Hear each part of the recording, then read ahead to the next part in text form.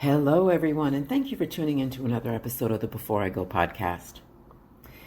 Today's episode is going to be simple, short, and sweet. All I really want to say is slow down and really try to appreciate where you are right now. That's it. Please don't tell me it's not that easy, because it absolutely is. Just stop and actually look around and appreciate what is in front of you. Right now, in front of me, as I type this script, I see a really nice office, pictures of my children, and a gallon jug of water. I am grateful that I have a job that allows me to support myself financially. I am so blessed to have given birth to two of the most amazing people on the planet. And I'm so thankful to have access to clean water. See how easy that was? I recently celebrated 8 months of alcohol freedom, and when I sat back and thought about that milestone, I had an interesting epiphany. When I initially stopped drinking, I expected to see immediate and noticeable changes in my life. You know how when you go to the gym for the first time and you think you'll have abs right after the workout, or you step on the scale that day or at the end of the week and expect changes, or when you change your diet for a week and expect to drop 10 pounds immediately? It was like that.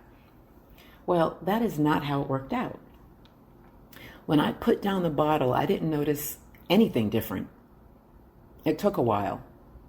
Then one day I began to notice that I was sleeping better and my skin looked less dull and I had more energy and I was thinking much more clearly and I was focused and I was discovering purpose in my life. I was happy, like really happy. What's my point?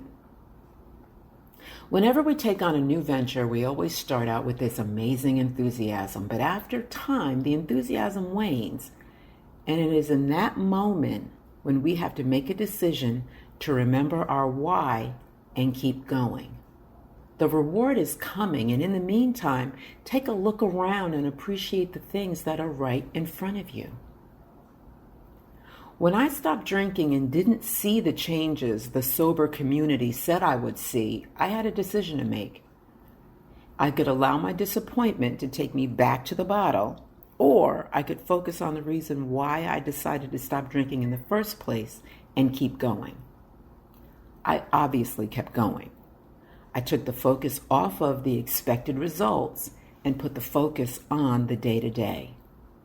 One day at a time is real, and not just for people who are struggling with addiction. Focusing on the day-to-day forces you to look around and be grateful for what is right in front of you. When I first moved to Virginia, one of my major complaints was that the leaves didn't change colors in the fall. Not like they did in New England, where I'm from. In my mind, Virginia leaves went from green to brown to dead. The trees had no personality. Then one autumn day, I purposefully got in my car and drove around in search of the oranges and reds and yellows on the trees, and I discovered that they were all around me. All I had to do was stop and look for them. Look, I'm not trying to minimize anyone's struggle. I get it. I've struggled. However, what I've learned is that whatever you choose to focus on only becomes bigger. Does focusing on the negative in your life make the negative go away? Of course not. Does it cost you anything to focus on the positive? Of course not. I'm a planner. I love making plans. The start of anything new is exciting and thrilling. The act of checking things off a list literally makes me smile.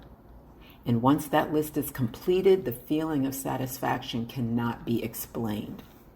I'm all for setting goals and working hard to reach those goals, but I am also encouraging you to enjoy the steps along the way.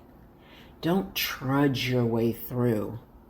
For me, the enjoyment of the journey makes the destination even more pleasurable. Celebrate the little victories along the way. In my opinion, we waste a lot of time striving for this and working toward that, and we ignore the blessings that are right in front of us. I suppose I realize this more now that I'm at the age that I am. My advice to you, don't wait until you're almost 60 to look around and appreciate the life you have right now. It's a beautiful life after all. Well, that's all I have for today. Thank you so much for listening. But before I go, let me share this with you from Meister Eckhart. He says, if the only prayer you ever say in your whole life is thank you, that would suffice. I'll see you next time.